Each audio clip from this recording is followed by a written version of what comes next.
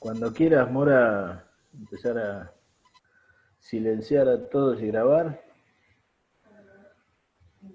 Dale, sí, ya estoy grabando, pero espera, tengo que admitir un par de personas más que están ingresando ahora.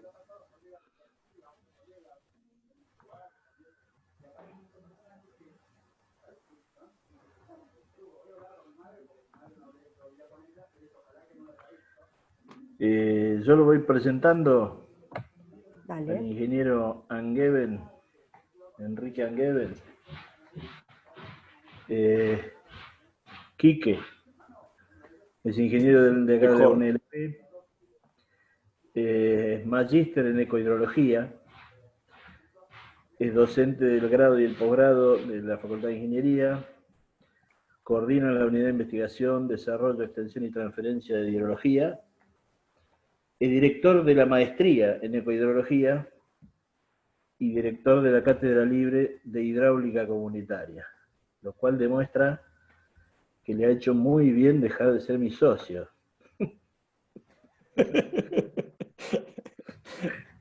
Eso me lo llevo hasta la tumba, ya yo. Ha hecho una carrera interesantísima en el área de la hidrología y ahora dedica todo su tiempo a las actividades académicas en la universidad, en la Facultad de Ingeniería.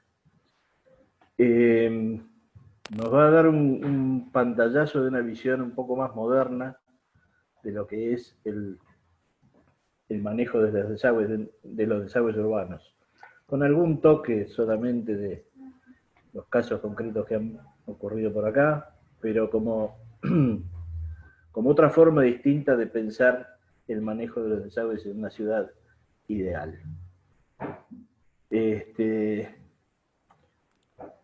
Bueno, yo te dejo, Quique, anda arrancando. Bueno.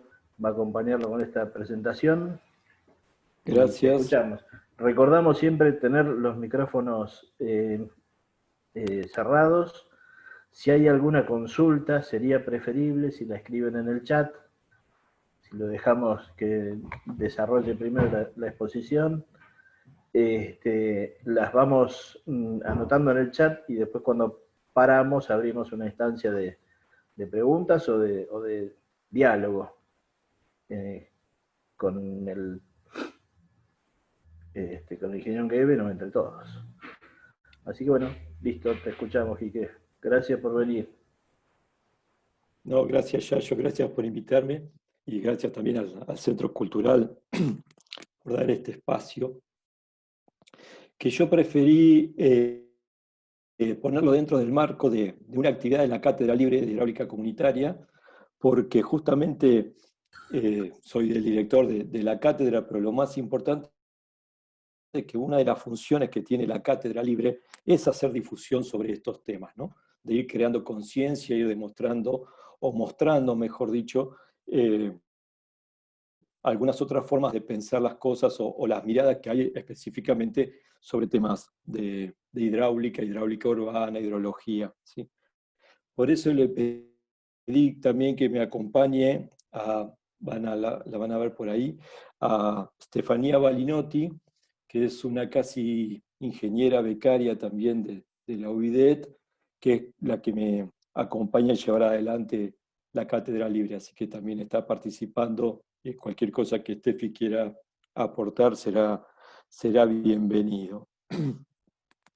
Me llamó la atención y quise arrancar con esta diapositiva, porque cuando Yayo me mandó la publicidad, el flyer, ¿no? Me dio risa y casi le pido que lo cambie. Y al final dije que no, al contrario, me viene bien para despegar en el tema, porque, digo, por la foto de las obras, ¿no? Y justamente de lo que no vamos a hablar hoy es de obras. Y se me ocurrió ponerle ese stop ahí, porque justamente de lo que se trata es de esto, de tener otra mirada, que no quiere decir que las obras no sean necesarias, claro que son necesarias en su justa medida, pero hay otras herramientas de gestión de los desagües pluviales que es necesario tener en cuenta, ¿sí? Conocer y llevarlas adelante. Porque evidentemente, que es un poco el dibujito que dejé ahí arriba, si nos quedamos solamente con obras, vamos a seguir teniendo inundaciones y de eso ya no hay dudas, ¿no? Entonces, bueno, vino bien como disparador del tema, decía, el flyer de difusión de esta charla, justamente para mostrar, podríamos decir entre comillas, lo que no debemos hacer o lo único que no debemos hacer. Entonces, la idea es, esta charla tiene un planteo más de conversatorio, que dé una clase, por favor. Hay gente que sabe mucho más que yo de esto. Pero sí, la idea es presentar algunas cuestiones que tienen que ver con esto, una mirada un poco más moderna de la gestión del desagüe pluvial urbano, y no haciendo foco únicamente en la inundación. Vamos a ver algunas cuestiones de inundación, pero el desagüe pluvial urbano es mucho más amplio que simplemente si me inundo o no me inundo, o qué tengo que hacer cuando me inundo, ¿sí? La inundación es algo que no queremos que llegue, no queremos que se produzca, pero obviamente siempre se va a producir. Entonces hay etapas anteriores en la gestión que yo puedo tener en cuenta y no solamente hablar de inundación. Por eso un poco los temas que habíamos conversado con Yayo, y sería interesante plantear, eran estos, ¿no? Mapas de riesgo de inundación como una herramienta de gestión pública, ¿sí? De gestión de la inundación, pero también de la gestión pública. Los sistemas de drenaje urbano sustentables como nuevas tecnologías que hay que tener en cuenta y hay que empezar a aplicar en estas ciudades soñadas que nos gustaría que tengamos, no solamente La Plata, sino cualquier otra, ¿no? Y otro tema que para nosotros es fundamental desde la Cátedra Libre, que es la participación ciudadana en la gestión de la emergencia, pero también de los desagües pluviales. Y en principio, yo no me voy a dedicar o no me voy a referir específicamente a la ciudad de La Plata. Van a ver que lo que digo le cabe. Después lo podemos charlar cuando conversemos al final, pero justamente lo que no quería tener ese sesgo o restringir a la realidad de la ciudad de La Plata, que tiene sus particularidades, que las conocemos bastante bien, sino en principio plantear ideas más generales y después ver cómo las tenemos aplicadas o no en nuestra querida ciudad. Bueno, pero para antes de arrancar, es necesario que acordemos algunos términos específicos que hacen al tema, ¿sí? No a modo de, ya les diría, de clase, sino que de disparadores que después nos vamos a volver a recoger a medida que avancemos, ¿sí? Y pensando también que esta es una conversación más de difusión, y hay algunas cuestiones que es importante entender previamente para después entender estas herramientas qué parte del problema están abordando. Y una es la precipitación, ¿no? Y este concepto importante, que es una variable aleatoria. ¿Qué quiere decir? Que yo no sé con certeza ni cuánto ni cuándo llueve, ¿sí? Ni cuándo va a llover, ni cuánto va a llover. Y esto complejiza el problema, ¿sí? Porque no es que yo tengo que trabajar con un dato concreto, duro. No, yo trabajo con una variable que no solamente cambia en su valor, sino en su tiempo en que ocurre, ¿sí? Por eso fíjense que nosotros siempre hablamos de estimación, de pronóstico de lluvias, de posibilidad de que llueva, de que estimo tanto, ¿sí? Yo no puedo decir que mañana van a llover 20 milímetros a las 2 de la tarde, por más que el pronóstico así lo diga, ¿sí? Claro que lo puedo hacer, puedo acercarme a ese dato gracias a las herramientas que tengo con el pronóstico, por supuesto, y puedo monitorear la precipitación y la puedo monitorear en tiempo real, ¿sí?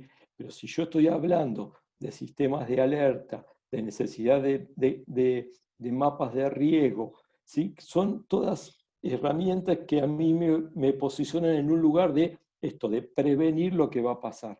¿Por qué tengo que prevenir? Porque no estoy seguro de qué va a pasar. Justamente no estoy seguro porque la variable es la aleatoriedad de ese ¿cómo se llama? Evento de precipitación. Tanto es una variable aleatoria que necesito 3 parámetros para definirlo, ¿no?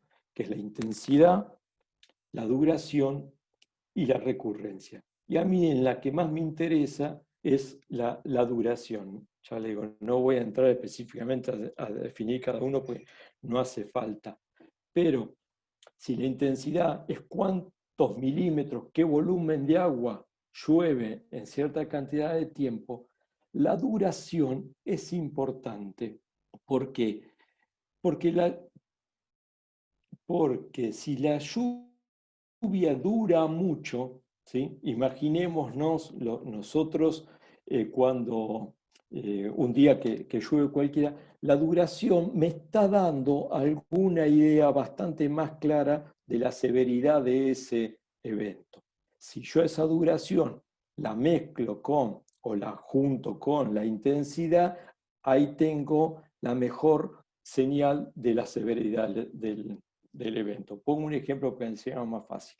Yo puedo decir que un día llovieron 40 milímetros, ¿sí?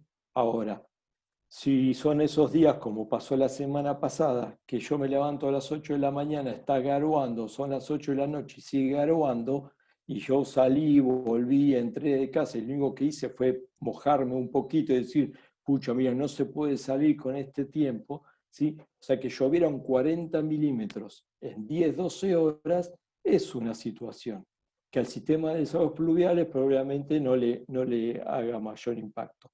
Pero si esos 40 milímetros, por ejemplo, me llueven en media hora, estoy hablando de una lluvia intensa, ¿sí? De corta duración.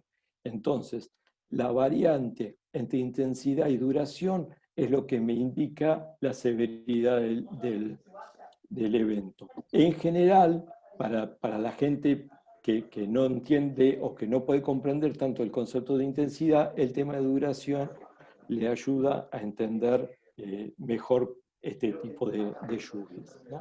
Entonces, un poco lo que yo decía ahí, si la precipitación es importante, ¿sí? Pero la duración es corta, entonces estamos hablando de lluvias intensas, ¿no? Lluvias intensas de corta duración, que son las que generan inundaciones urbanas. Y aunque no genere una inundación urbana, son las lluvias que ponen en jaque al sistema de desagües pluviales. Son aquellas que desde el diseño yo tengo que prestarle mayor atención. Otra pregunta sería interesante es saber por qué nos inundamos. Y yo ahora les hago una pregunta para que me la respondan con la imaginación, ¿no? Si ustedes tuvieran que definir qué es una inundación.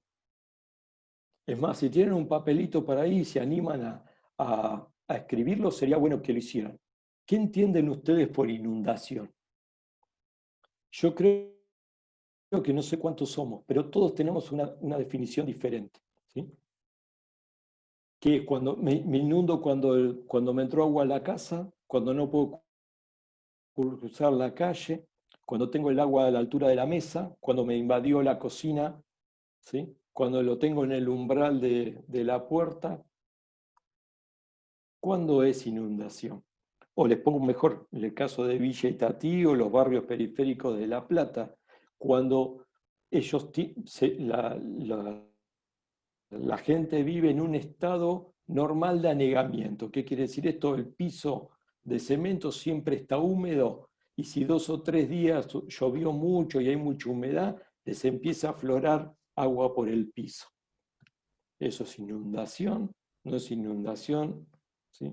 Quiero decir, es un concepto que es amplio, que vamos a tener que también ver que lo vamos a tener que relacionar con otras variables, como por ejemplo la altura de agua, la velocidad y otras cosas. Pero el estado de inundación también es como yo percibo esa presencia de agua en mi casa, ¿sí? En mi casa, en la calle, en el lugar donde trabajo, donde sea. Pero que fundamentalmente pasa es esto que estoy mostrando acá, ¿no? Yo tengo una planicie de inundación, un curso normal, un lecho, el cauce natural de un río, y sobre ese cauce natural yo construyo una ciudad. ¿Sí? Construyo edificios, construyo casas. ¿Sí? Entonces, en estas cuestiones que estamos hablando nosotros ahora, que son desagües pluviales urbanos, el problema de la inundación o el problema de el mal funcionamiento del desagüe pluvial urbano es un problema antrópico. ¿Sí? Está generado por el hombre que se asienta en lugares que le son propios, en este caso en el del dibujito, al cauce del río, a su valle de inundación, o a su bañado, su humedal o lo que sea. ¿Sí? Entonces la inundación urbana está íntimamente relacionada, o mejor dicho, es consecuencia de un problema antrópico. Pero acá es interesante también, ¿por qué nos inundamos? Y un poco lo que trataba de contar recién, esquematizado en un pequeño dibujito. Si yo tengo una lluvia leve y empieza a llover, ¿sí? El sistema de desagües pluviales empieza a captar esa agua caída, ¿sí? Ese volumen precipitado. Y ese volumen precipitado va a terminar en un conducto pluvial que está abajo de las calles, a partir del ingreso por los sumideros, ¿sí? Bárbaro. Terminó de llover y automáticamente se le va el agua, no. Un ratito después, esa agua empieza a escurrir por el conducto hasta que se vacía esperando la próxima precipitación. Si esa precipitación es un poquito más fuerte, es una lluvia moderada, ¿qué va a pasar? Va a seguir lloviendo, lo mismo el sistema pluvial va a captar el agua de lluvia, va a ir al conducto pluvial y puede pasar que ese conducto pluvial se vea ¿cómo se llama? Colmado o colmatado en su capacidad, ¿sí? Pero todavía el sistema lo logró absorber. Bien, terminado de llover pasa lo mismo. Un ratito después el sistema pluvial empieza a desagotarse hasta que se vacía y espera la próxima precipitación. Ahora bien, si yo tengo una lluvia intensa, ¿sí? De corta duración, o una lluvia intensa o una lluvia fuerte de larga duración, ¿sí? Estos días que llueven varias horas y mucho volumen de agua precipitado, el sistema es el mismo y funciona igual. ¿Sí? Lo único que va a pasar es que se va a llenar, se va a ver superado en su capacidad y voy a tener agua en calle, en vereda y adentro de las casas. ¿Sí? Entonces, ¿qué va a pasar también? Una vez que cesó la lluvia, no se baja la inundación enseguida, sino que el sistema también tiene un tiempo de respuesta entre que vuelve a su estado original. ¿Qué es lo importante de este dibujito? Es que yo no cambié ni el diámetro del caño, ni de la captación, ni la ubicación de las casas. O sea, el sistema pluvial es el mismo. Lo que no es igual es la respuesta. ¿Sí? ¿A qué? A la precipitación. Pero el sistema es un sistema rígido, ¿está bien? O sea, el sistema me va a proveer una capacidad de escurrimiento que es fija y está limitada a su condición de diseño, ¿sí? Ahora, lo que es diferente, lo que varía acá, justamente lo que venimos charlando, es la precipitación. Ahora, yo no puedo cambiar el sistema pluvial en función de la precipitación. ¿Sí? El sistema pluvial es el mismo. Entonces, lo que yo tengo que tener son otras herramientas para poder ver cómo mejoro el sistema, no solamente pluvial, sino todo el sistema del desagüe urbano, que va a tener que ver con el desagüe pluvial propiamente dicho, más otras herramientas que son las que estamos hablando, como las medidas estructurales y no estructurales. Entonces, ¿cómo yo puedo manejar el desagüe pluvial urbano? Y bueno, tengo fundamentalmente dos medidas. Una, que es la que más o menos siempre conocemos, que son las medidas estructurales, que son necesarias, claro que sí. Y todas las ciudades necesitan tener un buen sistema de desagües pluviales. ¿Sí? Ahí empiezan a aparecer las recurrencias de diseño, los parámetros de diseño, bien. Pero estamos hablando siempre de obras, construcción de obras civiles con el fin de proteger áreas frente a inundaciones. Conductos circulares, rectangulares, canalizaciones, sistemas de desagües pluviales, sumideros, cámaras, ¿sí? Son todas obras civiles que son necesarias y que le dan una cierta seguridad al sistema, para un rango bien determinado de precipitaciones que tienen que ver con su diseño. ¿Son las únicas medidas, las estructurales? No. Ya desde hace varios años, por lo menos 10 años a esta época, se habla también de las medidas no estructurales, ¿sí? Que son métodos eficientes y sostenibles para la reducción del riesgo de inundación. Ahí yo ponía una frase muy interesante del doctor Tucci que dice que es ingenuidad del hombre imaginar que podrá controlar totalmente las inundaciones, ¿no? Las medidas siempre objetivizan a minimizar sus consecuencias, aún las estructurales, ¿no? Es imposible evitar todo el rango de inundaciones o captar todo el rango de precipitaciones. Comprenden políticas, procesos legislativos de participación pública, investigaciones de las universidades, centros de investigación, ¿sí? Todo lo que no es obra concreta. Hormigón, podríamos decirlo, para simplificarlo en una palabra. Y buscan obviamente la reducción de la vulnerabilidad de la población, pero a partir del planeamiento y la gestión, ¿sí? Yo sé que en este contexto del centro cultural habla mucho sobre esta ciudad soñada y la necesidad de planear y de gestionar el territorio. Bueno, planear y gestionar el territorio es una medida no estructural que ayuda a realizar una buena gestión del desagüe pluvial y también a evitar inundaciones, ¿no? Entonces existen diferentes categorías para clasificar las medidas no estructurales. Y acá es donde empiezo a poner un poco el dedo en la llaga. Una es la política y el planeamiento urbano. Alguien tiene que decir claramente quién, cómo, cuándo y dónde se urbaniza el territorio, ¿sí? No puede venir la infraestructura atrás de un planeamiento urbano descontrolado, anárquico, ¿sí? O sea, esto es necesario gestionarlo, ¿sí? Con políticas públicas claras, ¿sí? Con eso no quiere decir que no vayamos a tener situaciones de emergencia, por eso es necesario la predicción y la gestión de las inundaciones, en todas sus facetas, en la prevención, en la alerta y en la mitigación, ¿no?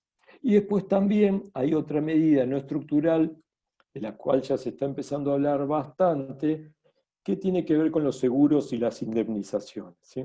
No tanto en zona urbana, como también en zonas rurales. Bien, entonces, ya acercándonos ya a los temas que son más específicos de lo que estamos hablando esta noche, ¿no? Vemos que una lluvia intensa, una lluvia de características particulares, más una cuenca urbana, ¿sí? Genera esto que nosotros generalmente llamamos riesgo de inundación. Aunque, como pongo ahí, para hablar de riesgo falta un poco, y falta una parte muy importante que tiene que ver con la ciudadanía, ¿no? ¿Sí? En realidad, siempre nos estamos refiriendo, si solamente nos quedáramos con la lluvia intensa y una cuenca urbana y solamente analizando la altura del agua en la calle, el agua que pudo haber entrado o no dentro de las viviendas, ¿sí? La velocidad del escurrimiento en la calle, ¿sí? Estamos hablando más de una peligrosidad que de un riesgo. ¿Por qué? Porque el riesgo en su definición más general tiene esa forma, ¿no?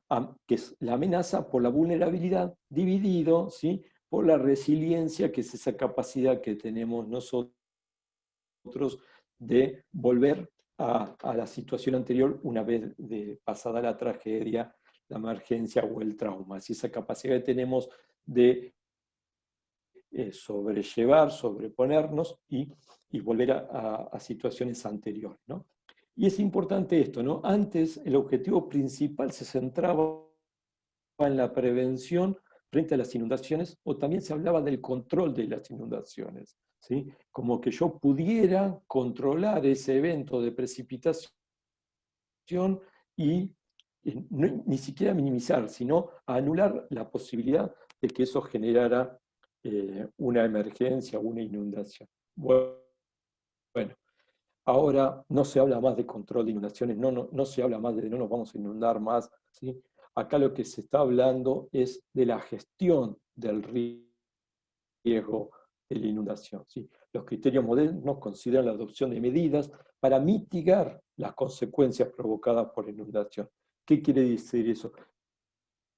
Que yo ya sé que bajo ciertas circunstancias me voy a inundar. De esto después lo podemos hablar específicamente de La Plata, ¿no? O sea, yo tengo conciencia de que vivo en un territorio inundable. Entonces, ¿qué hago? Adopto medidas para mitigar las consecuencias de esa inundación, con el fin de reducirlas.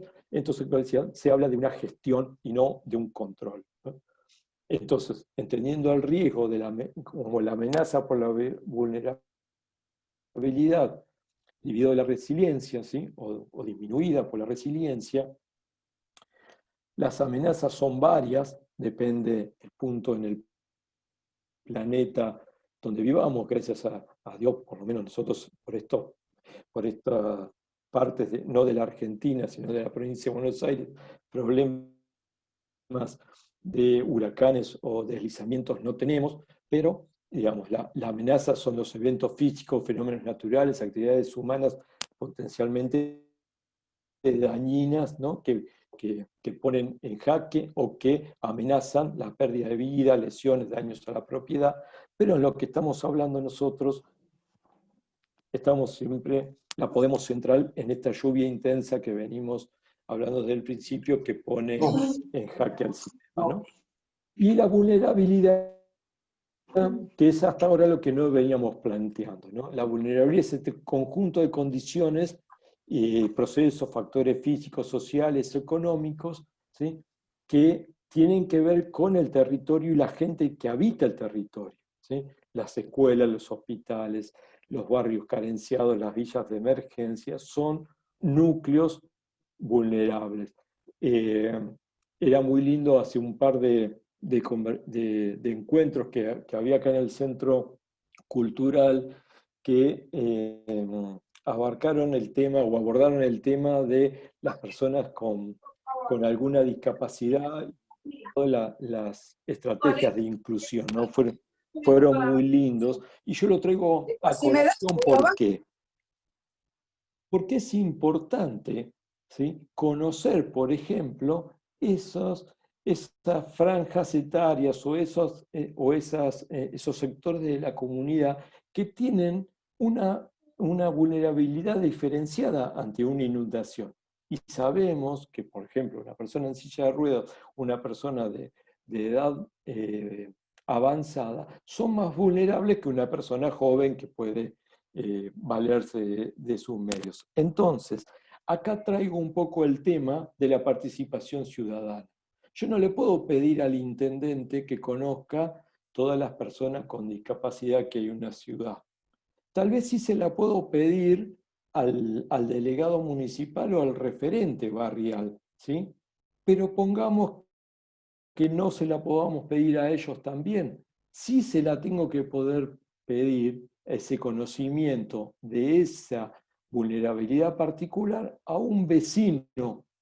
Y ese vecino se transforma en un actor fundamental ante un riesgo de inundación o ante una gestión de la emergencia. ¿Por qué? Porque es el primero que puede ir a ayudar a su vecino necesitado, ¿sí? Como aquel que tiene, por ejemplo, un primer piso, una planta alta respecto de aquel que tiene solamente la planta baja y están sufriendo ambos dos una inundación importante, ¿sí? Entonces ven cómo todo tiene que ver con todo. ¿sí? No estamos hablando de un desagüe pluvial urbano que es solamente el conducto que capta o no cierta cantidad o cierto volumen de agua. Estamos hablando de una gestión de todo el desagüe urbano en el cual los vecinos no son actores pasivos del problema. Bien, entonces, la vulnerabilidad obviamente en estos casos está dada por la cuenca urbana en la cual habitamos. Entonces, tenemos esta situación. Tengo una amenaza, una vulnerabilidad, perdón, y un espacio en la cual ambas se juntan, ¿sí? Y generan un riesgo hídrico de inundación con un impacto, fíjense que siempre aparece la misma, un impacto potencial. ¿Sí? Yo no sé si va a pasar, pero tengo que estar prevenido por si pasa, de manera de tener las herramientas para poder llevarlo adelante de la mejor manera posible.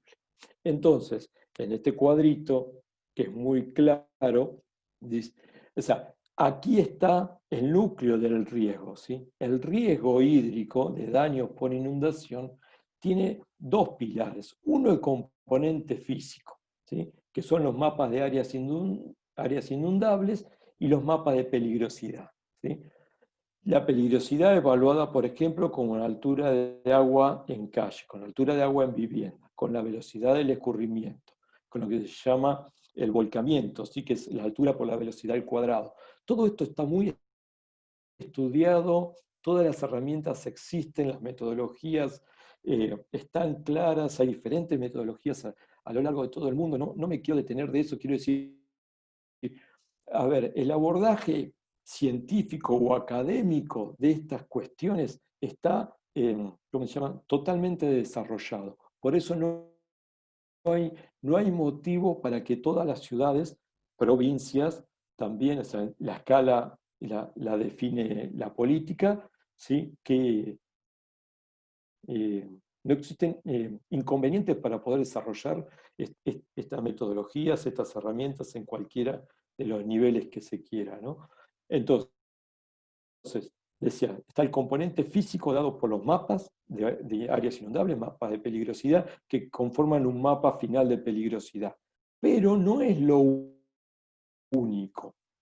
Está el componente humano, que es tanto más importante que el componente físico, ¿sí?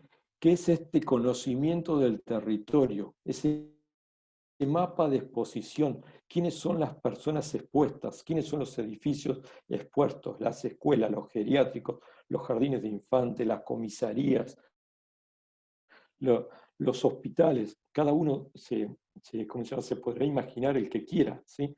Este mapa de vulnerabilidad, ¿cuáles son las áreas vulnerables? Los barrios carenciados, villas de emergencia, asentamientos, ¿sí? Pero también sectores específicos de la población que tienen una vulnerabilidad relativa respecto de otros, ¿sí? Todos estos componentes concluyen en el mapa final de vulnerabilidad. Cuando yo recién mezclo, ¿sí? ¿sí? Comparo, superpongo el mapa de peligrosidad con el mapa de vulnerabilidad, estoy hablando de realmente un mapa de riesgo, ¿sí? Porque no es lo mismo tener 40, 50 centímetros en la puerta de mi casa, que por más que tenga la agua dentro de mi casa, tengo pavimento, tengo vereda, tengo luz, tengo un montón de cuestiones que me permiten llevar la emergencia de una mejor manera a tener 40, 50 centímetros de agua en un barrio carenciado, ¿sí? Donde, ¿cómo se llama?, incluso los valores puestos en juego muchas veces son totales, y me estoy refiriendo solamente a pérdidas económicas, ¿sí?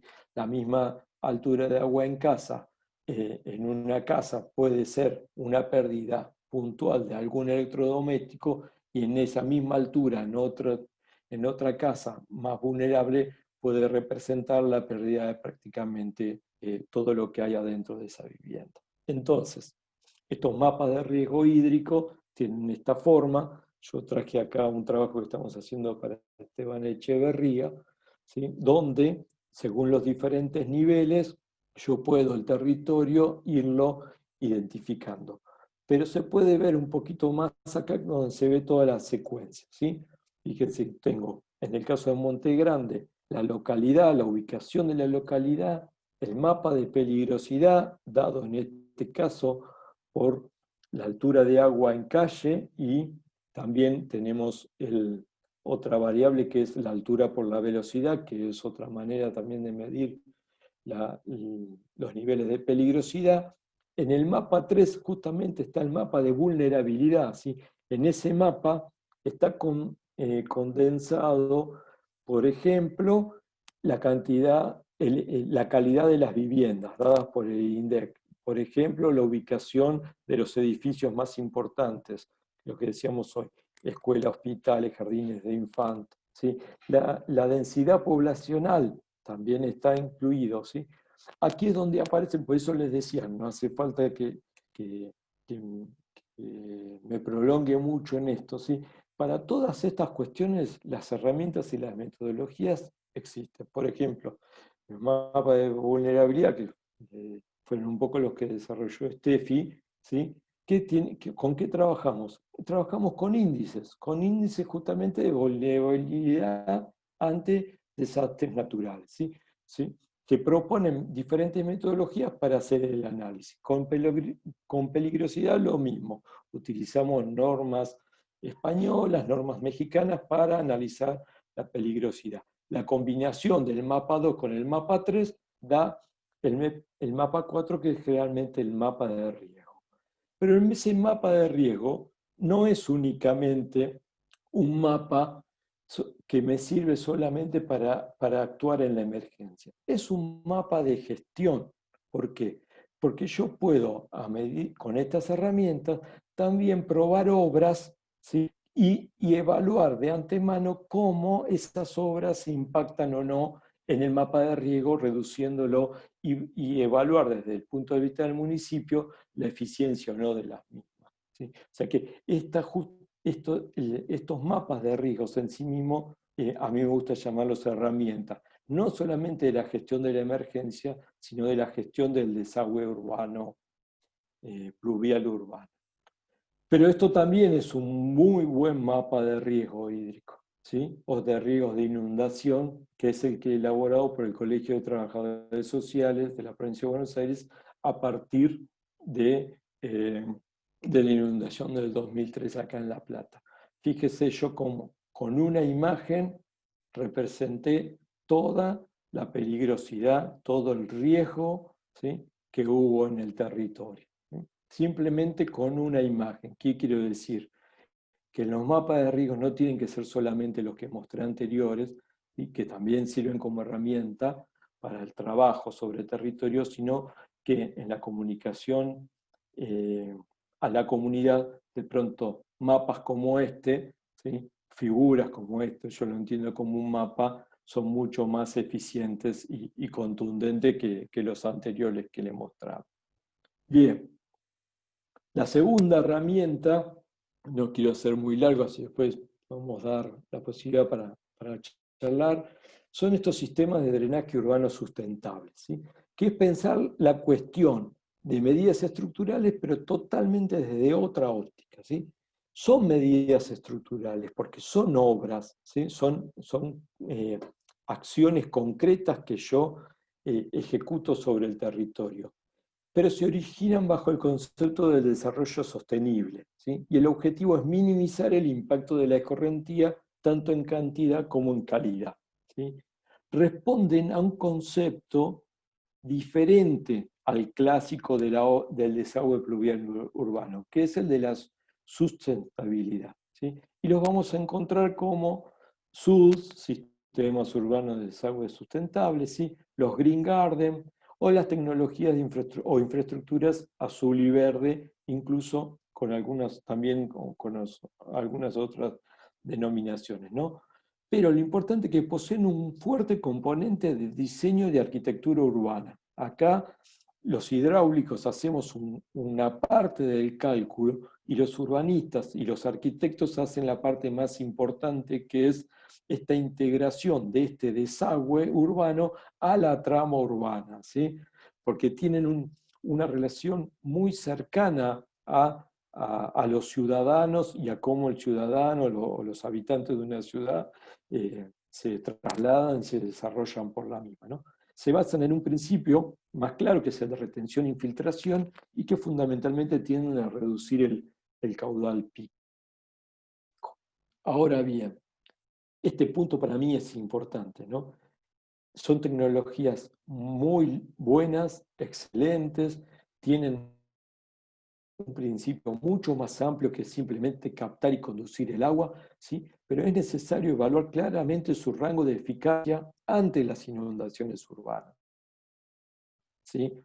¿Por qué? Porque son muy buenas obras, pero que tienen un impacto para un rango específico de recurrencias o de precipitaciones de diseño, ¿sí? Cuando estamos hablando con precipitaciones realmente extraordinarias, ¿sí? No estoy hablando únicamente de la del 2013, estoy hablando, en el caso de La Plata, de la del 2002, la del 2006, ¿sí? Precipitaciones por arriba de los, no sé, quiero decir, 100 milímetros por hora, ¿sí? 120 milímetros de precipitación acumulada. Bueno, la eficacia de este tipo de infraestructuras obviamente se ve como cualquier desagüe pluvial excedida, y son necesarias estas otras herramientas que estamos charlando. Entonces, como le decía, tienen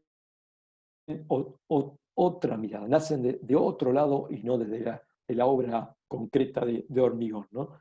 Fíjense que los pilares de estos sistemas urbanos tienen que ver con la cantidad de escorrentías y disminuir el volumen de escorrentía que escurre por la ciudad, tienen que ver con la calidad de la escorrentía, mejorar la calidad en el punto de vuelco, ¿sí? Hace que el mismo sistema permita un tratamiento de la calidad de ese efluente pluvial. Tiene aspectos sociales porque tiene que ver con el paisaje urbano, y obviamente para mantener la biodiversidad de las especies o de ¿cómo se llama?, de los ambientes en que estamos manejando. Y con esos dos objetivos: minimizar los riesgos derivados de escorrentías urbanas en cantidad y en calidad, y maximizar el valor añadido a las soluciones, ¿sí? Soluciones verdes, como generalmente se las llama. Bien, ¿qué pretenden estos SUD? ¿Sí? Potenciando la infiltración, o sea, ¿qué pretenden? Imitar las condiciones previas al desarrollo urbano, ¿sí? Tratar de retrotraer la situación a la situación anterior a que la ciudad se asiente en ese territorio. Entonces, potenciando la infiltración, la retención, el laminado de los picos, ¿sí?, en origen, almacenando y aprovechando el recurso, descentralizando el escurrimiento, ya vamos a ver algunas imágenes, ¿no?, y eliminando los contaminantes por medio de métodos naturales como son la vegetación, ¿sí? Y como componente o complemento muy importante que tienen, mejoran el paisaje y sobre todo el paisaje urbano, y potencian usos combinados, ¿sí? Que ese sistema de desagüe pluvial urbano también se transforme, por ejemplo, en un parque, en un paseo, en un lugar donde la gente pueda tener un espacio de recreación.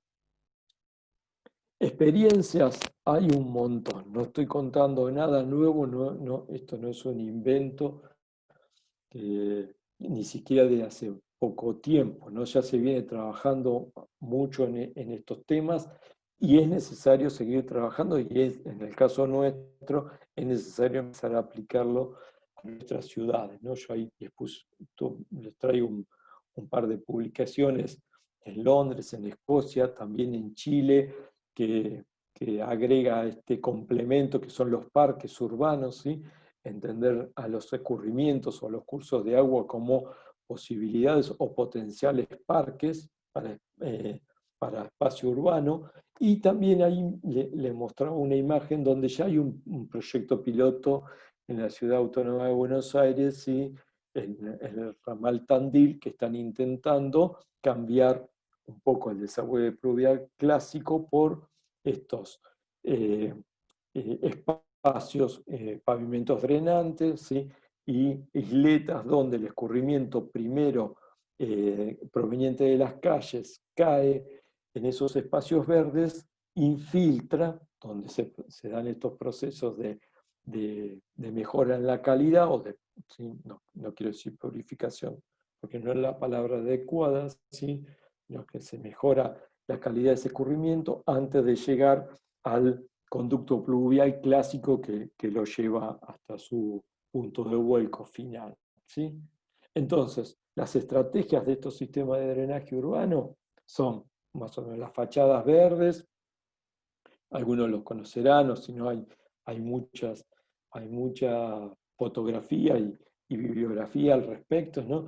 Los famosos techos verdes, ¿sí? Como espacios de retención, un urbanismo resiliente, esto los arquitectos y urbanistas saben mucho mejor que yo de esto, es entender la ciudad de otra manera, pero también ir planificando las ciudades que ya tienen conflictos de este tipo, ¿sí? La ampliación de la ciudad o la conquista de nuevos espacios dentro de la ciudad con este urbanismo resiliente, ¿sí? Que le permita a la ciudad generar, conseguir nuevos espacios verdes, podríamos decir, pulmones, que tengan en cuenta esta parte social, urbana y también de la gestión del drenaje urbano. La vegetación en calles, la restauración de las costas o de las riberas, ¿sí? Es muy importante esto porque nosotros tenemos muchas ciudades que están atravesadas por cursos de agua y hacemos un muy mal tratamiento de esas áreas ribereñas, ¿sí? Superficies permeables, obviamente la generación de nuevas superficies permeables o el mantenimiento de las existentes, plazas, parques, bosques urbanos, la generación de bosques urbanos, la generación también de áreas inundables, aprovechar áreas que de por sí son inundables y no lo que generalmente decimos nosotros, bueno, las rellenamos para hacer viviendas. No, bueno, si esa área es inundable, mantenerla como área inundable y tratar de obtenerle un valor agregado y todo lo que estamos viendo del drenaje sostenible. Ahí vemos un poco también dos imágenes de lo que son la captación de los desagües pluviales creados por los techos y los pozos de infiltración. ¿Qué me interesa decir de esto más allá de las imágenes? Es que fíjense que lo que estamos hablando con los SUD es un cambio en la concepción del sistema de desagüe pluvial, donde cada uno es protagonista también de la gestión de ese desagüe pluvial. Como mostraba, si cada uno de nosotros capta el agua generado por su propio techo, lo retiene, lo infiltra, ¿sí? O lo devuelve al sistema pluvial urbano una vez que haber sido amortiguado, por ejemplo, en esos tanques, ¿sí? Que está ayudando a la gestión del desagüe pluvial de toda la ciudad, ¿sí? Con una colaboración particular, ¿sí? Entonces, salgo del lugar en que el desagüe pluvial urbano es cuestión del municipio y que él lo tiene que limpiar y que toda la responsabilidad está puesta en el otro, a tener una responsabilidad compartida, que es hacia donde voy con el tema de la participación urbana, ¿sí? Entonces, pero quiero remarcar este cambio en la concepción y en sentirme responsable yo también de un tema dentro de la ciudad como puede ser el desagüe, ¿no? Y acá traigo unas imágenes de Corea del Sur, ¿no? En Seúl, donde, bueno, justamente lo que hicieron acá, fíjense qué interesante cómo todo el curso de agua, ¿sí? Lo intervinieron como un gran parque lineal, ¿no? Y acá es donde yo digo una cosa que me sea bien entendida, ¿no? Cómo nosotros después de la inundación del 2013, ¿sí? Salimos justamente con necesidad, y está bien justificado, a hacer obras, ¿no? Pero también nos perdimos la posibilidad de intervenir sobre el cauce del arroyo El Gato de una manera mucho más sustentable, ¿sí? Ambiental, con otra mirada, ¿sí? Construimos con lo que sabemos construir, ¿sí? Que es una sección de hormigón que mejora la capacidad, que funciona mejor, pero que nos queda, que visto con esta mirada que estoy planteando, es un poco habernos quedado a mitad de camino.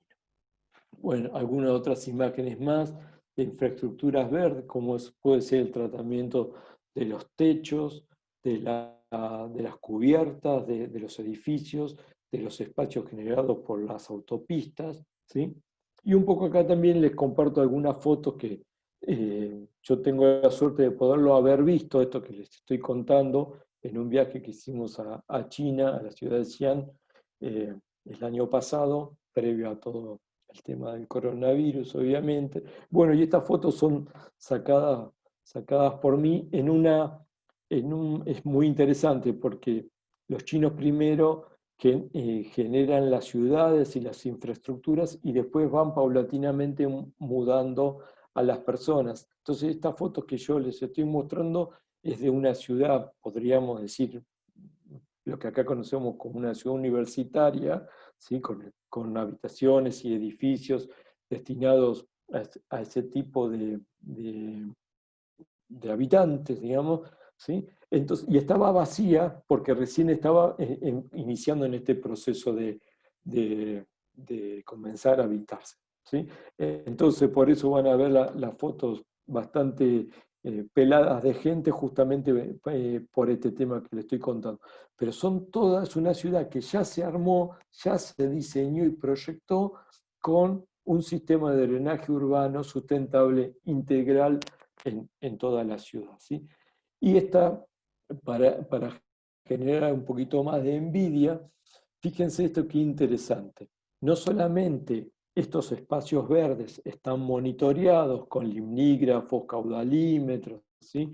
Todos conectados por red satelital para el monitoreo. En la primera foto a la izquierda ven cómo el desagüe pluvial del edificio, en lugar de impactar directamente en el cordón, da ¿cómo se llama? A un pequeño humedal, ¿sí? Muy bien vegetado, pero a lo largo de toda la ciudad ustedes encuentran estos carteles, ¿sí? Que explican la tecnología, ¿sí? Y sirven de capacitación, difusión, de manera tal de que cualquiera el que pasa, yo no porque no leo chino, pero los dibujitos son muy claros, ¿cómo se llama?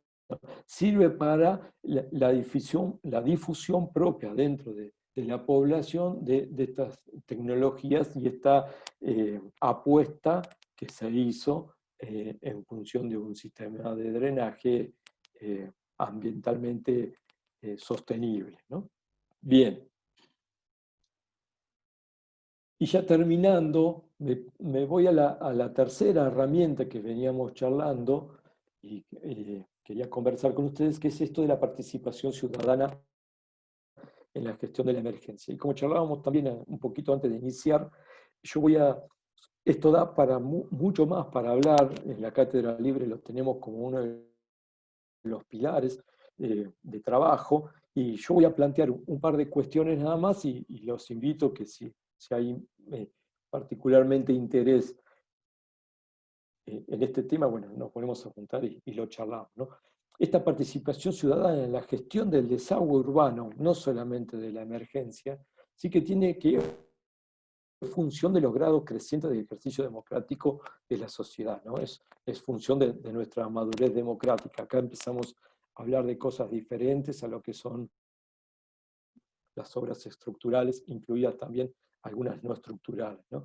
Entonces, si yo quisiera considerar estos tres aspectos, la responsabilidad, la planificación y la toma de decisiones, ¿de dónde creo que estamos hoy? Este cuadro se lo pedí prestado a un profesor en la facultad, al ingeniero, donde me gustó mucho, al ingeniero Zárate, perdón, no les dije quién, donde veíamos esto, ¿no? ¿Dónde estamos hoy? y la responsabilidad pareciera que la ejerce solamente el Estado, ¿sí? La planificación es sectorial. El Estado a través de sus consultoras o, en el mejor de los casos, del diseño que puede hacer ellos con sus cuadros técnicos, pero siempre estamos hablando de una planificación sectorial y una toma de decisiones, como consecuencia, centralizada en los organismos públicos y controlada generalmente también por los organismos públicos, ¿no? Esto es más o menos donde estamos. ¿Hacia dónde deberíamos ir o hacia dónde creo yo que deberíamos ir? Y aquí entra la participación ciudadana, ¿no? Deberíamos ir a una responsabilidad compartida por todos nosotros. Traigo nuevamente simplemente estos dos ejemplos, ¿sí? Los vecinos nos podemos ayudar en la gestión de la emergencia y claro que sí, claro que sí. Yo no puedo estar en mi casa sentado esperando que vengan a ayudar al vecino que está enfrente de mi casa cuando yo tengo la posibilidad de poderlo ayudar, ¿sí? Y que ese recurso que es de todos pueda ser utilizado de manera más eficiente, realmente yendo a socorrer o ayudar a aquel que está en una situación más complicada y que ahí sí yo individualmente no puedo ofrecer una ayuda, ¿sí? Entonces, lo que decía acá, los vecinos como actores protagonistas del problema, ¿sí? O si no, por ejemplo, decía, bueno, ¿yo qué puedo hacer a nivel individual, ¿sí? En la mejora en el sistema de desagües, que esa pequeña colaboración impacte en un mejor desarrollo para todos? Entonces, deberíamos ir hacia una responsabilidad compartida, a una planificación multisectorial, coordinada, participativa, integrada entre todos los actores sociales, ¿sí? Ahí aparecen sociedades de fomento, clubes, partidos políticos, asociaciones vecinales, lo que se quieran. Todos tenemos posibilidades, todos debemos tener las posibilidades de decir cosas y, como se llama, ayudar a que lo que es público y lo que es de todos eh, tenga la planificación, la mejor planificación posible, ¿sí? Y bueno, y eso también deberá impactar en una toma de decisiones, ¿sí? En la cual haya negociaciones bien entendidas, transparentes, acciones consensuadas y que se lleguen en puntos en común de manera tal de que el beneficio de todos o el bien común, como bien se dice, esté por encima del personal de cada uno o del sálvese quien pueda. Esto en la gestión del desagüe pluvial es posible, es posible. ¿Por qué? Porque las organizaciones sociales, ¿sí? Las organizaciones comunitarias, ya hemos hecho camino en esto, ¿sí? Las acciones, simplemente las acciones, hablar de las asociaciones de inundados, las asambleas de inundados, quiero decir, hay mucha gente, hay mucha población que tiene muchas cosas por decir y que puede ayudar a un buen diseño, obviamente a partir, lamentablemente, de haberla pasado mal en muchas circunstancias en la ciudad de La Plata. Pero bueno, se puede capitalizar todo, y de hecho se ha hecho, capitalizar toda esa experiencia para bien. Bueno, y en eso estamos en la cátedra libre, ¿no? En el ejemplo que podemos dar nosotros es este seminario taller que hicimos el año pasado de educadores comunitarios en riesgo de inundación, que tuvimos más de 70 asistentes, y fue una experiencia muy, muy linda porque pudimos juntar a los alumnos, a los docentes y a los vecinos, ¿sí? A los alumnos de diferentes facultades y universidades, a docentes también de diferentes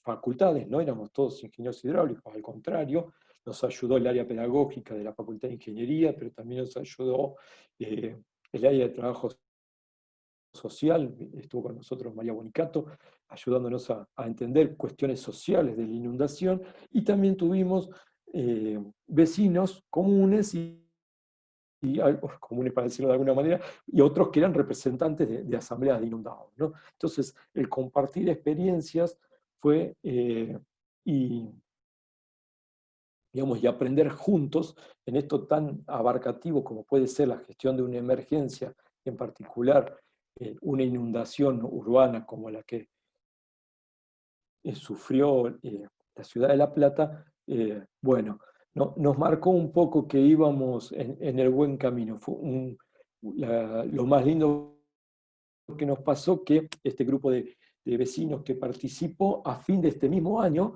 ¿sí?, replicó el mismo seminario en una, en una escuela secundaria de un barrio de la periferia de La Plata, ¿sí? Agarraron el mismo formato, nosotros les ayudamos a ayornar un poquito las cosas y en una jornada de todo el día con alumnos de secundario, de cuarto y quinto año, tuvieron una experiencia muy linda y trabajaron sobre el riesgo de inundación en los propios barrios de los alumnos. Así que, nada, fue una alegría que se pudiera dar esto y, ¿cómo se llama? Y como les decía, marcó un poco el camino. Creemos que la cosa pasa por acá. La experiencia que hemos tenido, tanto en esta instancia del seminario como en el inicio del trabajo con las asambleas de inundados, dice claramente que cuando nosotros podemos ayudar a que la gente entienda el problema, ¿sí?, eso se potencia, porque no solamente entiende, lo comparte, sino que también los ayuda y ayudamos nosotros de alguna manera a que el reclamo sea más genuino, ¿sí? No hay nada peor para un político que cuando la ciudadanía sabe pedir, ¿sí? O sea, es interesante cuando ellos mismos se dan cuenta que no solamente tienen que pedir obras, que hay que pedir obras, pero también hay que pedir algunas otras cuestiones que son las que venimos hablando, ¿sí? Entonces, ellos ese conocimiento después lo multiplican en un accionar, ya sea con sus vecinos, como también con los genuinos reclamos que hacen, y está muy bueno. Por eso, todo este tema de la participación ciudadana es un tema en sí mismo y que yo creo, y un poco es lo que creemos también de la cátedra, que es protagonista en la gestión del desagüe o de la emergencia. Bueno, ya yo paro por acá y, ¿cómo se llama? Me tomo un mate y quedo... Tomate un mate, tomate un mate. Espero que se haya entendido, que no Este, haya sido muy muy acelerado todo. Pero... no, para mí estuvo clarísimo, clarísimo. Y en cierta forma me hace sentir como muy mal, porque estamos a años luz de la ciudad soñada que ustedes están pergeñando como nosotros quisiéramos hacer. Este seminario que ustedes hicieron de colaboradores comunales para la Buscadores emergencia, comunitarios. buscadores comunitarios. Cuando vemos gente sin barbijo caminando por la calle, Sí. Yo digo, justamente la antítesis de lo que está planteando Enrique. ¿Por qué la gente no conoce esto que hoy explicaste con tanto lujo de detalles? Y que si la gente no lo conoce, realmente no sirve para demasiado.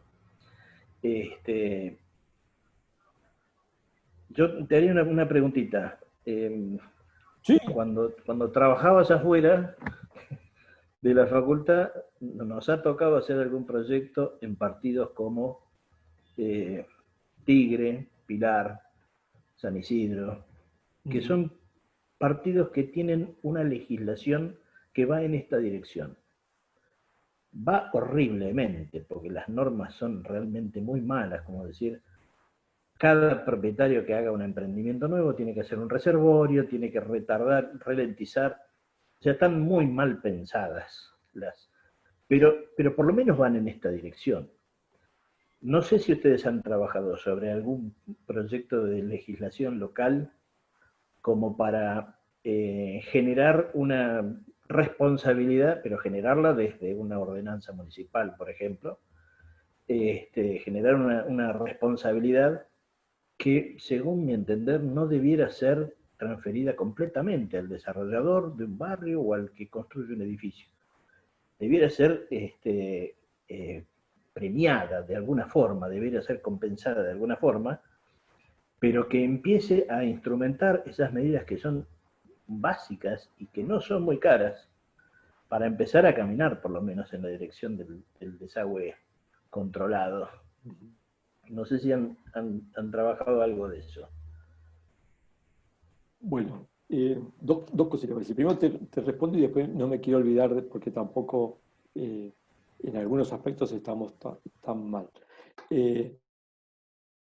Nosotros particularmente, no, la Cátedra Libre tiene poco más de un año, pero sí te puedo decir que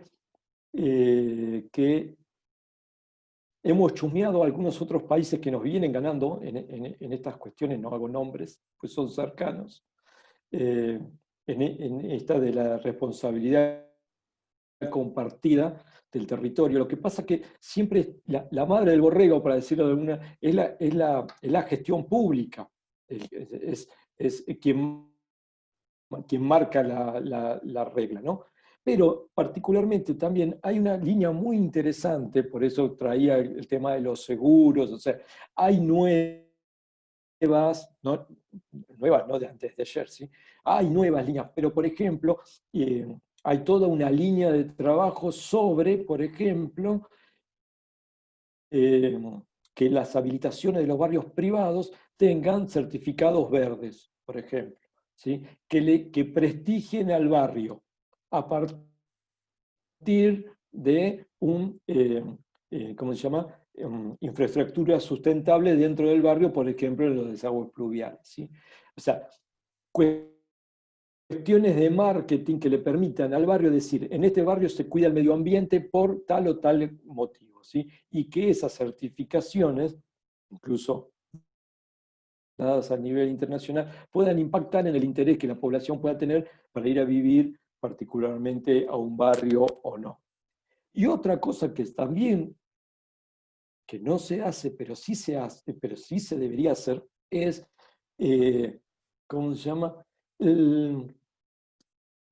Lo digo mal, capaz que algún economista me lo pueda ayudar, es que aquel que colabora con el desagüe urbano pluvial tenga una tasa diferencial en sus impuestos.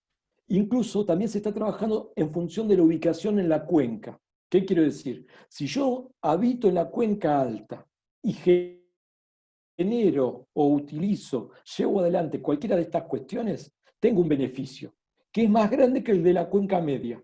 Y es más grande a su vez que el que la cuenca baja, porque justamente, bueno, esto es más hidráulico, ¿no? El impacto que tiene cualquiera de estas medidas según el lugar donde esté, ¿sí? ¿Sí? Cuidar el agua en origen, en el inicio del escurrimiento, qué sé yo. O sea, las herramientas están dando vuelta. Incluso se pueden inventar algunas cosas mejores. Pero ¿cómo se llama?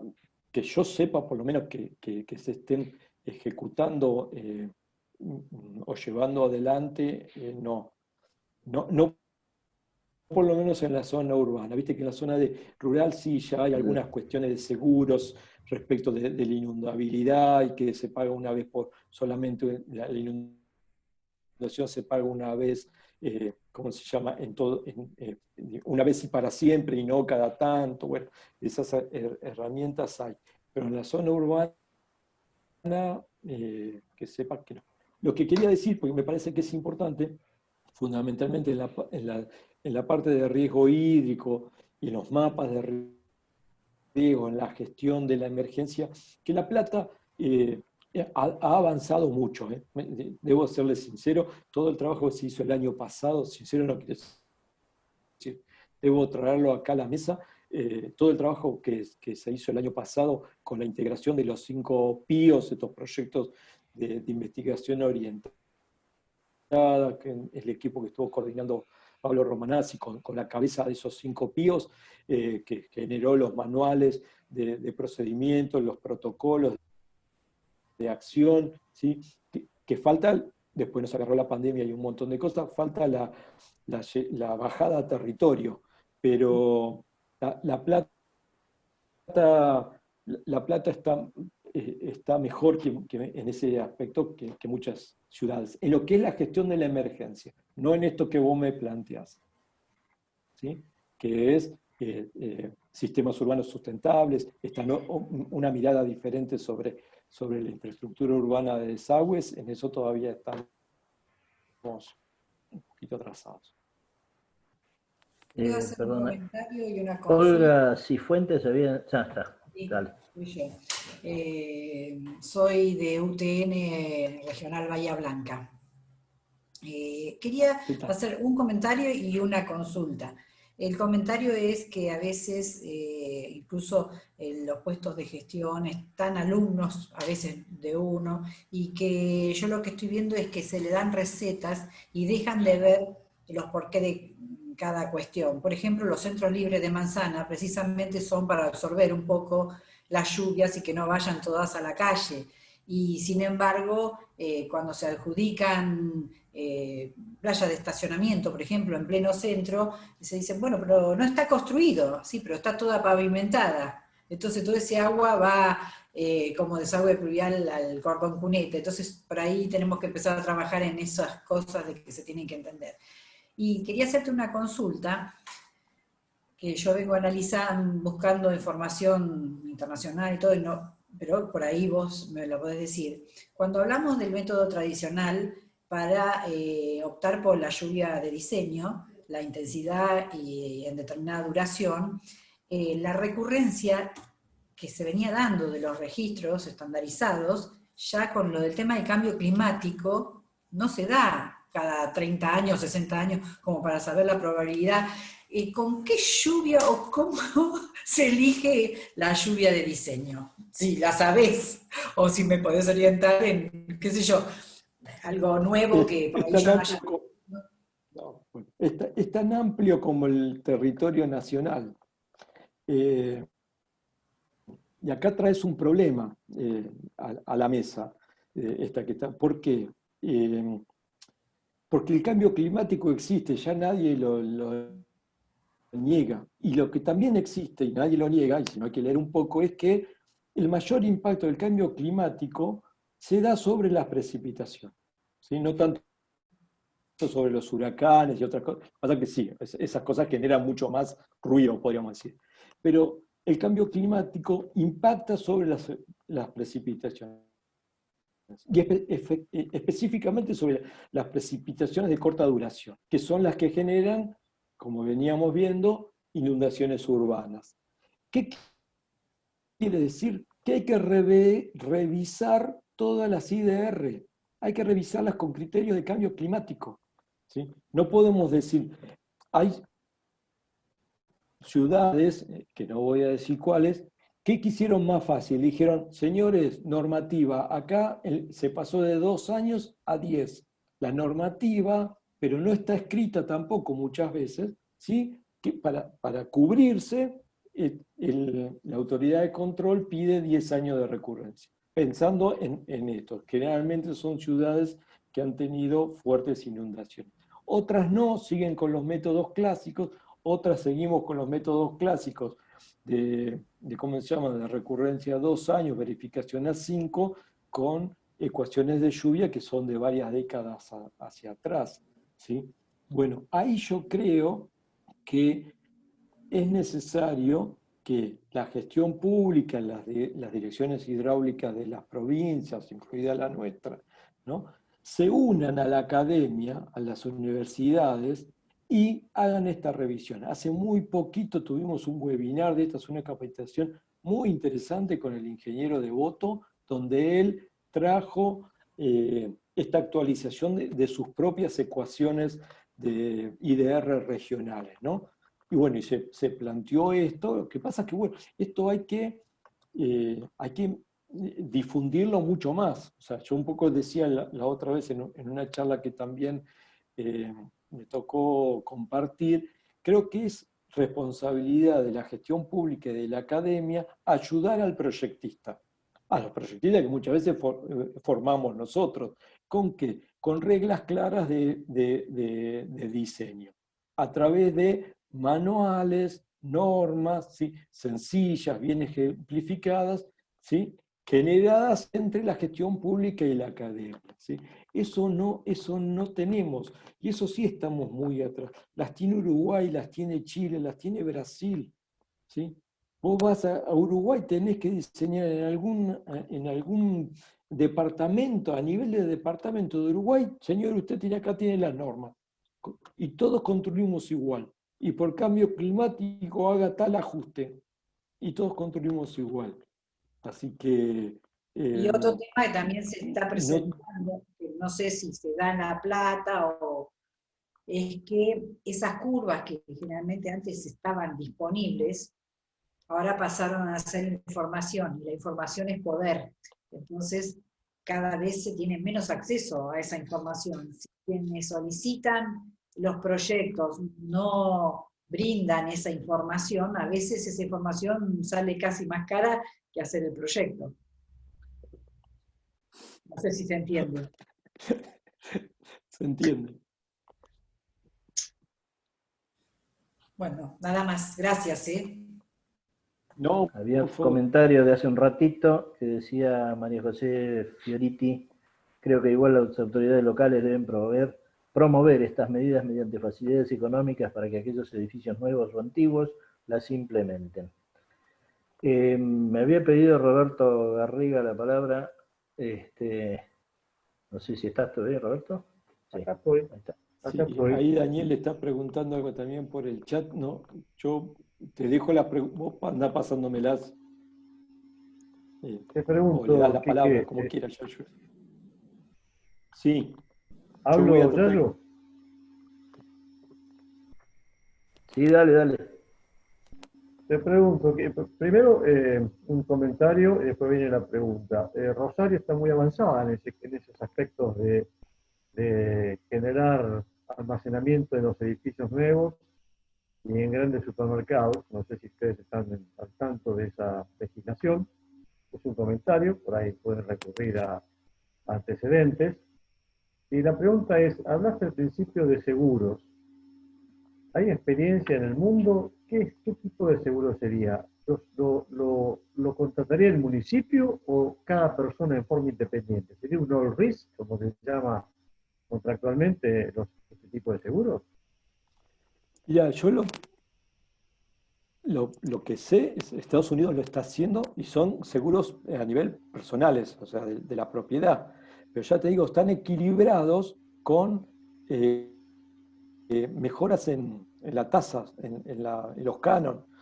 O sea, hay un doble juego entre el pago del seguro, pero también lo que te ahorras por aplicar estas tecnologías o alguna de estas infraestructuras, ¿no? Pero si no, también un seguro contra inundaciones normales. Lo que conozco es esta combinación que se está dando entre las dos. Incluso también, eso se habló en el Conagua, en el último Conagua, creo que fue en el 2017, que esto que comentaba Yayo, conforme también la ubicación relativa en la cuenca, que fue un poco lo que armó más lío y gustó, sobre todo en cuencas que en Argentina aplican bien, porque nosotros muchas veces las cabeceras todavía las tenemos sin urbanizar, ¿sí? Y tenemos las cuencas medias y bajas muy urbanizadas. Bueno, gracias.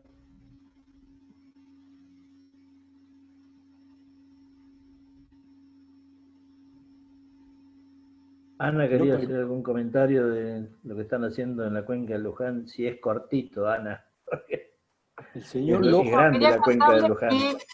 No, la cuenca de Luján es grande, pero estamos trabajando por una parte estamos trabajando complementando la obra de la cuenca para el tema de la mitigación de inundaciones, con toda una serie de paseos ribereños en toda la cuenca que entendemos que va a evitar algunas de las cosas que Daniel Petri estaba escribiendo en el chat, que tiene que ver con la ocupación de las zonas ribereñas y todo ese tipo de cosas. Y por otro lado quería comentarles que estamos intentando hacer un proyecto a nivel de un grupo que está trabajando con un plan estratégico territorial, que es, digamos, nuestro ministro está muy interesado en eso, en el cual vamos a hacer una macrozonificación de la cuenca con los planificadores territoriales, y la idea es que luego eso se vuelque en los planes, en ¿cómo se llaman? Los ordenamientos urbanos de los distintos municipios. Me parece que es algo diferente, que vamos, o sea, porque, digamos, las partes urbanas se ubican en una cuenca, ¿no? No hay que perder el tema de la visión de macrocuenca en todo esto, comparado con la visión de microcuenca que está en el desagüe pluvial.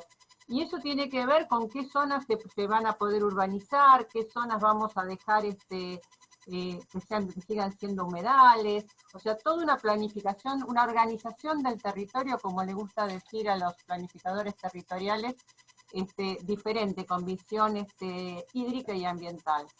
Estamos muy entusiasmados.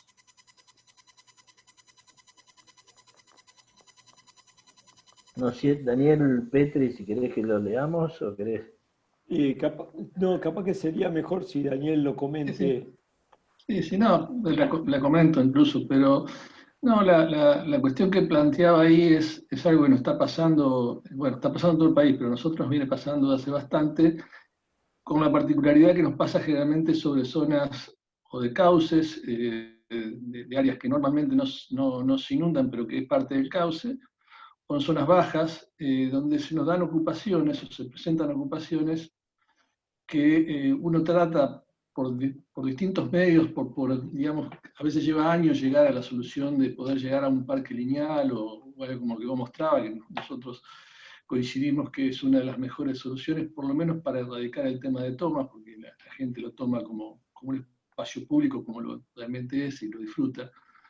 Y a partir de esos lugares nunca más tuvimos esa problemática, pero es como que vamos bastante más atrás, digamos, ¿no? Y cuando estamos ante estos hechos de estas tomas, que no digo que algunas no sean realmente por necesidad extrema, pero nosotros tenemos muchos casos donde son muy organizadas, donde hay gente que incluso al primer día que empieza la toma ya empiezan a vender terrenos del Estado, en realidad, y están preparados para toda esta pelea que empieza allí.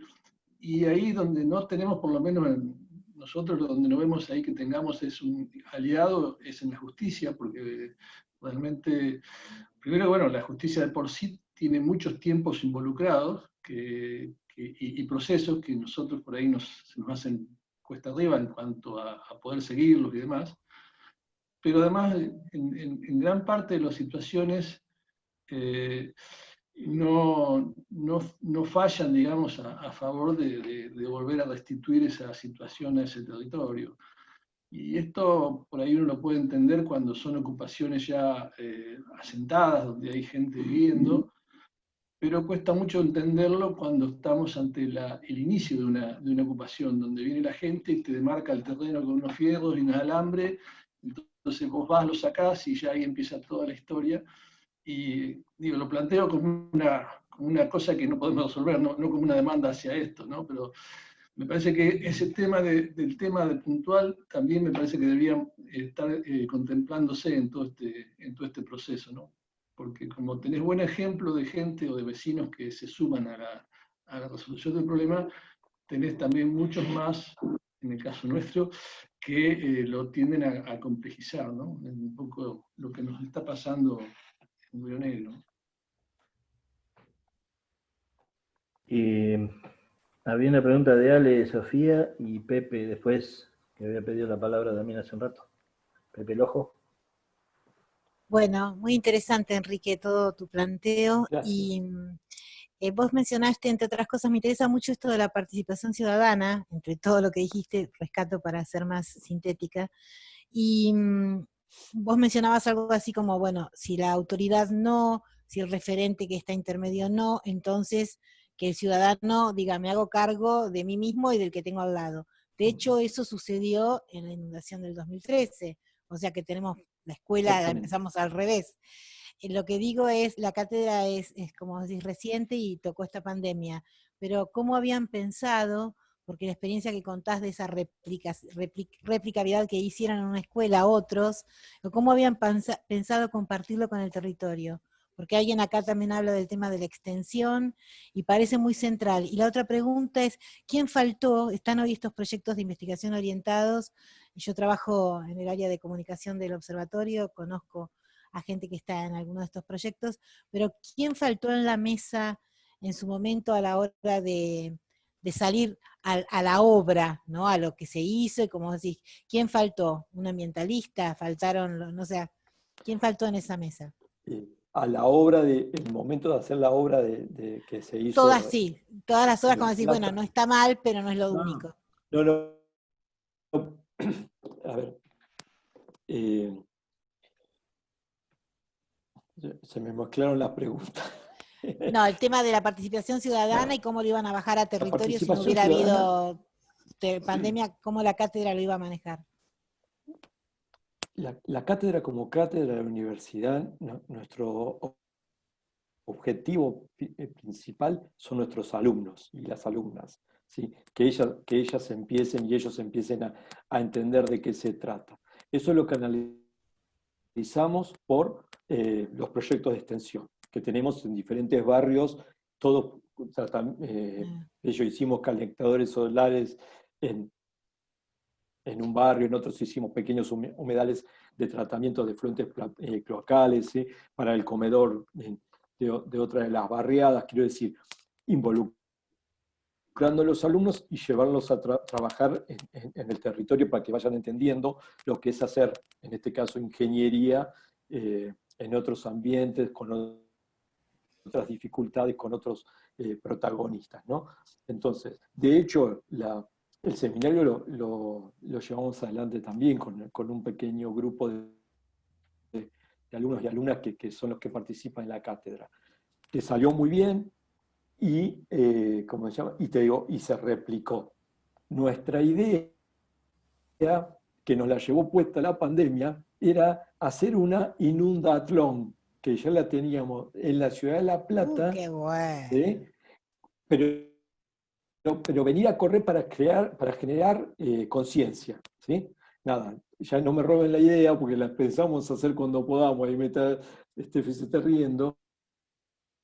Quiero decir, teníamos un par de estrategias para seguir adelante. Quiero decir, hace 1 año y medio nomás estamos con esto, pero fue muy interesante. También queríamos utilizar el parque ecológico de La Plata, ¿sí? Que es un espacio muy interesante para poder hacer difusión y generar conciencia sobre cuestiones sustentables o de medio ambiente y hidráulica. Quiero decir, eso tenemos un montón de proyectos, pero ya te digo,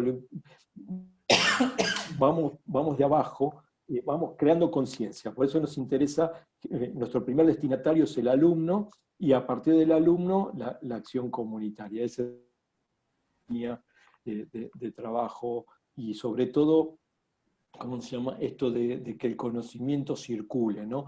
Mezclarnos todos. Ahí trabajo social, con ingeniería, con medicina, todos tienen algo para aportar y una mirada integral del problema. Después y ahí se me mezclaron, porque el trabajo que hicieron los PIO, la unificación de los PIO, como decía, durante el 2019 ha sido muy bueno, y hay pautas de trabajo muy, muy interesantes. ¿Sí? Lo que yo decía, los mapas de riesgo, los mapas de vulnerabilidad que se generaron en los grupos que trabajaron con el año pasado. La Plata tiene un conocimiento del territorio, por lo menos de la parte académica, que no lo tiene nadie. No sé si lo tiene la ciudad de Buenos Aires. Tiene un conocimiento acabado de su territorio. que tiene que ser, tiene que traspasar la política, quiero decir, tiene que ser una política de Estado que toda ese conocimiento generado, no importa quién sea el intendente, vamos a decirlo de esta manera, ¿sí? Las políticas las lleve adelante porque las herramientas y la base está y es excelente. Creo que no tiene que ver con la obra ejecutada, porque para cuando se ejecutó la obra, ¿cómo se llama? Bueno, los PIO no estaban ni siquiera puestos en funcionamiento, ni se estaban haciendo el estudio, o sea, fueron como dos carriles separados, y ahí fuimos, ¿cómo se llama?, esclavos de nuestro apuro. Ahí fuimos, ¿y qué sabemos hacer? Y sabemos hacer canales de hormigón. ¿Y qué vamos a hacer? Canales de hormigón. Tampoco, guarda, es medio peleador lo que digo, quiere decir, no estaba el contexto, vos tenés también toda una sociedad que pide obras, reclama obras, entonces hay que estar en los zapatos de cada uno. No quiero parecer ingrato ni tampoco injusto, pero son estos momentos en que se necesitan que alguien pare la pelota para hacer una imagen futbolera, así mire toda la cancha y dice, bueno, si vamos a hacer esto, vamos por acá. ¿Sí? Y creo que uno ve, por ejemplo, la canalización del Arroyo del Gato, sobre todo en lo que es la 507 y 514 hacia aguas abajo, o algunos tramas urbanos del canal, que podrían haber tenido algún tratamiento un poquito más amigable, ¿sí? Y que sirven como botón de muestra a que La Plata es posible construir de otra manera.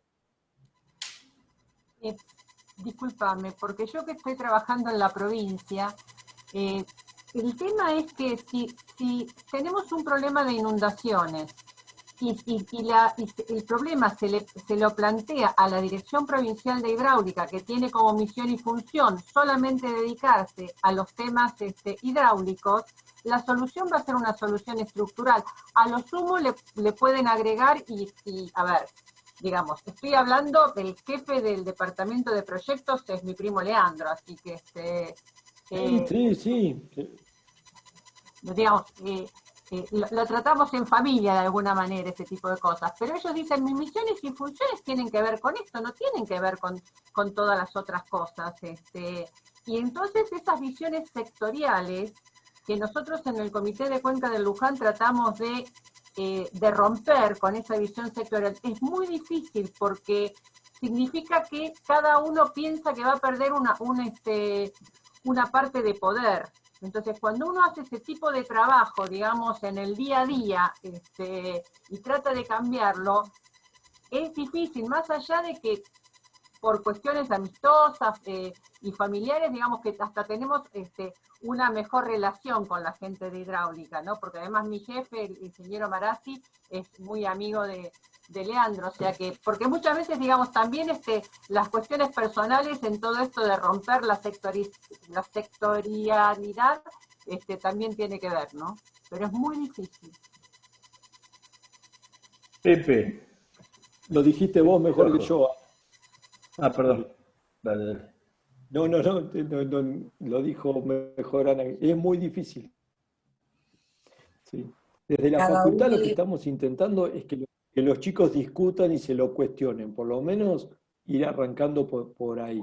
Después es necesario también que se den estas mismas cosas. Por eso decía, no quiero ser injusto, porque a Leandro lo conozco y nos llevamos bárbaro, y ya te digo, y muchas veces no me gustaría estar en sus zapatos, ni tampoco en las autoridades por arriba.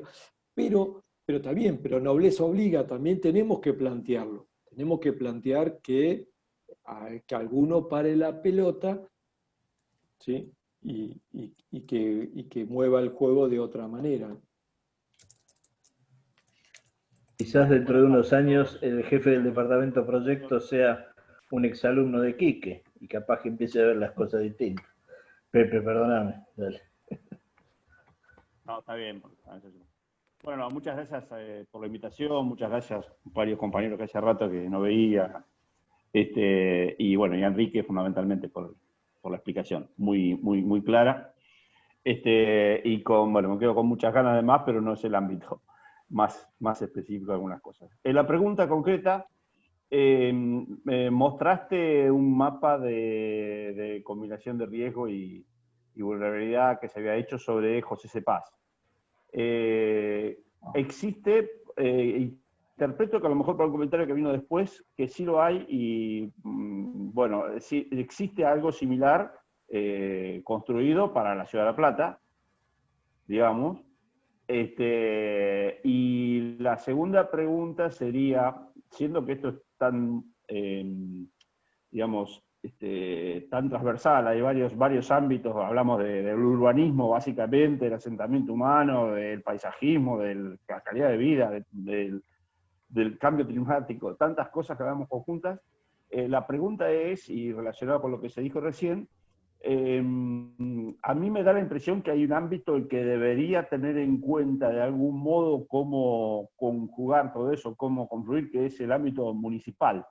Digamos, si existe a nivel municipal o distrital algún tipo de organismo que sea capaz de articular todas esas especialidades que hacen falta para tener en cuenta estas cuestiones.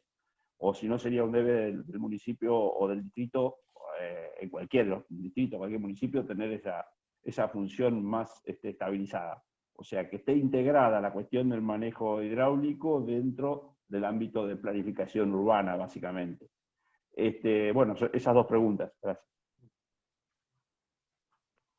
La primera, de la segunda le paso la pelota a alguno que conozca mejor la estructura administrativa de la Ciudad de La Plata. Yo entiendo que sí, pero también entiendo que pasa lo que dice, empiezo de atrás para adelante, pasa lo que dice Ana, que cada uno está muy enfocado en su área, ¿sí? Y tienen incapacidad de mirar hacia los costados, por diferentes motivos. También porque los municipios, no en esta pandemia o en la cuarentena, sino son grandes ejecutores de la emergencia, están siempre emparchando la goma, ¿no?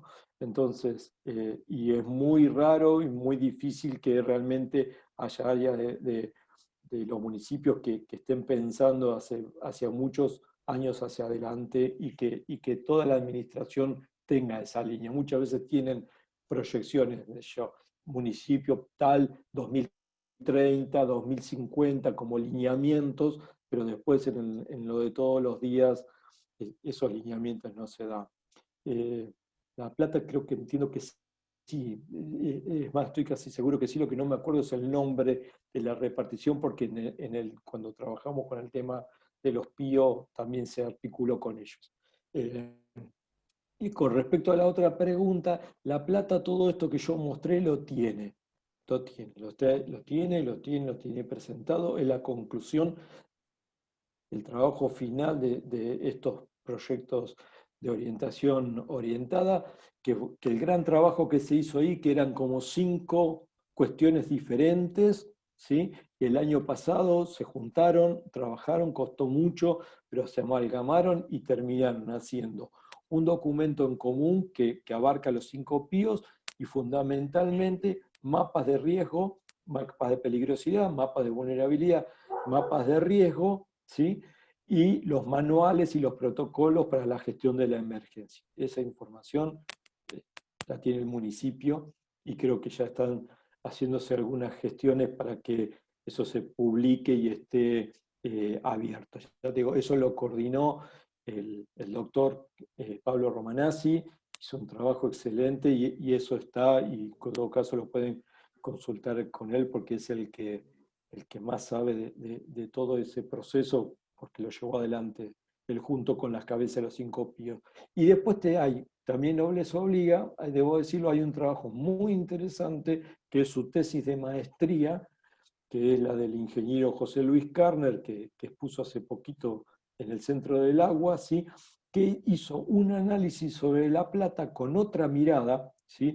Lo de Pablo tiene una muy buena gestión de la emergencia, ¿sí? Sobre todo a partir del 2013, y de cómo se llama, de si La Plata entra en jaque por una situación de la misma magnitud o similar de lo que pasó en el 2013, ¿sí? José hace otra mirada, ¿sí? Respecto tal vez de una escala más baja, ¿sí? Pero con toda una cosa muy piola, que es evalúa riesgos a partir de daños, evalúa económicamente daños y evalúa también, aunque sea feo decirlo, evalúa a partir de las víctimas fatales, ¿sí? Hay tecnologías, metodologías como por ejemplo las españolas que permiten estimar, ¿sí? Cantidad de fallecidos en función de ciertas características de vulnerabilidad del territorio. Eso lo hace José, es su tesis de maestría en ecohidrología, espero que les ponga dentro de poquito. Yo quería ver si podemos hacerla que sea la exposición que sea pública, porque es una mirada muy interesante y es un paso más, ¿sí? Digo, La Plata en este tema está jugando en primera. Falta que salgan los jugadores a la cancha y fundamentalmente que todo ese conocimiento baje a territorio. Es fundamental, porque hay mucho conocimiento generado que todavía la gente no lo conoce. Hay que discutirlo y ponerlo a disposición y a evaluación de la ciudadanía. Pero está ahí, es de primer nivel. Lo digo con total tranquilidad. Es un producto que se generó en la Universidad Nacional de La Plata, así que ya sea el trabajo, y también hay otros investigadores y hay otros docentes en La Plata que de estos temas saben un montón. Y no estoy queriendo quedar bien con nadie porque es así. Si les parece, ya se ha hecho bastante más largo de lo esperado. Yo le agradezco mucho a Quique, creo que fue clarísimo, y quiero dejarle la palabra a José Mercado, que es el director de la Cátedra Libre y del referente del Centro Cultural. Si quiere decir una palabra para la despedida, y nuevamente mi agradecimiento a Quique. No, por mí, gracias a ustedes por participar de esto, la verdad que hayan escuchado, se hayan marcado eso, y bueno, y a disposición, estos temas son siempre lindos de charlar. A veces no tenemos la decisión, como la pregunta que me hacían ahí de la IDR, es así, pero por lo menos sirve para traerlo, para poner blanco sobre negro sobre esos temas que los que venimos del proyecto y la necesidad del cálculo hidráulico y del análisis hidrológico los necesitamos. Bueno, Enrique, gracias, muchísimas gracias. Nos has ilustrado acabadamente respecto a una problemática que a los platenses nos tocó muy de cerca y que desgraciadamente es un tema que tenemos muy presente en forma permanente. Gracias a todas y a todos por participar. Creo que de acá se disparan varios temas, entre ellos creo que tenemos que volver a tratar y a convocar a tu persona y a la Cátedra Libre, como para que nos cuentes también las posibilidades. Yo creo que habría que también ver las chances que esto tiene, las factibilidades que esto tiene, pensadas en un proyecto de planificación para la ciudad de La Plata, y permitirnos soñar realmente con otra ciudad y ver qué factibilidad tiene esta utopía que tenemos de una ciudad que nos contenga a todas y a todos en formas más sostenibles, sustentables, amigables con la naturaleza, ver qué formas se pueden encontrar frente a una realidad que nos está carcomiendo de cerca de 200 asentamientos en la ciudad de La Plata, en el partido de La Plata, ser punta de lanza de los asentamientos, incluso en relación a cualquier otro partido del conurbano, algo que realmente nos lastima y nos debe lastimar, sumado al 55% de la población bajo la línea de pobreza. Bueno, a ver si es factible, pese a todo este desastre, seguir soñando, y creo que estoy convencido que sí se puede soñar con otra cosa distinta, con otra cosa que nos contenga a todos. Creo que podríamos armar otra charla y te vamos a molestar como para que nos des una nueva ilustración respecto a las factibilidades de esto y qué se necesita, porque entiendo de todo lo que nos has dicho que en la Universidad de La Plata le sobran cerebros y talentos y conocimientos académicos como para encontrarle la vuelta a lo que la ciudad está necesitando y la región está necesitando, y pasa que me parece que está faltando la pata ejecutora, la pata política, la pata de la gestión, que terminemos con los parches, que terminemos con las improvisaciones y que empecemos a pensar, como dijiste, en cuestiones de Estado, que trasciendan lo partidario y que estemos todos de acuerdo en que sea quien le toque estar en calle 12, conduzca esto en función del interés general. Algo que parece utópico, pero hay que tratar de luchar y llevarlo a cabo. Así que te molestaremos nuevamente, Enrique. Muchas gracias. A disposición, gracias a ustedes. Gracias, Quique. Muy bueno. No, por favor. Buenísimo, muchísimas gracias. Muchas gracias. Gracias Muy bueno. A todos. Nos vemos. Gracias, Quique, muy bueno como siempre. Un beso. Gracias. Gracias. Saludos, Quique. Chao, Chao, chao. chao. Gracias, Estefi.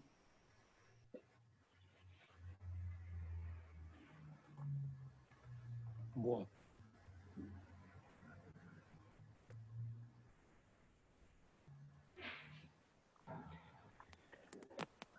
Bueno, Gallín, espectacular. Todo Muy bien. bueno, Bien, la verdad. Estaba Meco y no lo pude saludar. Meco, prende la cámara. ¿Cómo estoy sin cámara? Puso un mensajito, pero había Sin cámara y sin micrófono. Es fundamental Bueno, te mando un importancia abrazo, Meco. que se bregue el cambio de reglamentaciones y legislaciones obsoletas, dice. El tema también es que el agua no tiene divisiones políticas, dijo el Meco. Eso, que- Que está escondido ahí, no sé qué creer. Sí, no tiene cámara y no tiene. ¿Cómo se llama? No tiene cámara ni micrófono, así que lo tenemos ahí. Bueno, Está- Quique, sí, bárbaro, estamos contentos. Sí, no